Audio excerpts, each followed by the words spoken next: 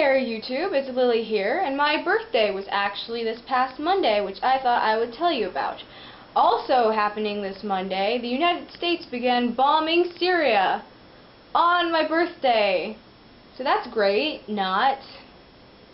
In non-celebration of this important world event, I thought that I would make a little YouTube video telling you some facts about ISIS and also dispelling some commonly held misconceptions about the Islamic State as a whole. Are you ready? Let's begin. Myth number 1. ISIS is an actual nation state. Now, ISIS is not an actual state and it is nowhere near being a real nation.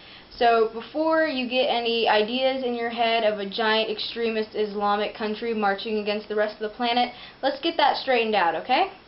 ISIS is not a real state. Myth number 2. ISIS is only Syrian and Iraqi. That one's not true either. ISIS actually ignores national boundaries and has land or control over land from areas stretching all the way from the Mediterranean coast of Syria to south of Baghdad. So it's not any particular country, particular area. ISIS is generally in the Syria-Iraq area, but it's not concentrated in one specific spot within that area. Myth number 3. ISIS is a group that encompasses all types of Muslims. Now, ISIS is a Sunni group, which means they are extremely opposed to the Shia branch of Islam, and that Shiites are suffering just as much as Christians and any other religious minorities in the area, even though, strangely enough, Shiites are the religious majority in Syria in particular. Fact number 1.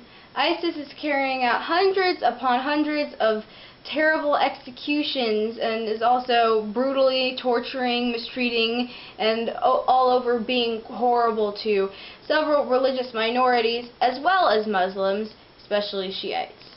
Fact number 2.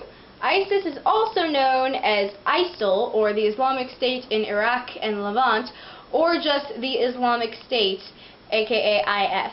Now, President Barack Obama referred to ISIS as ISIL in his presidential address a couple weeks back. So you might have heard ISIL more than ISIS, although most people that I hear say ISIS. Fact number 3. Although ISIS started out as a splinter group of Al-Qaeda, the two are now bitter rivals/competitors, and several people have died in the crossfire of their fighting. One of the partial reasons for their split up was the fact that Al-Qaeda decided to focus on the West, 9/11, whereas ISIS decided to focus more on local matters, and now we are seeing the total devastation that ISIS and their brutality is causing in Syria and Iraq as well. So now I hope you know a little bit more about ISIS, ISIL, or just the Islamic State. You can hold your own probably in a conversation about politics in the Middle East. A fairly basic conversation about politics in the Middle East.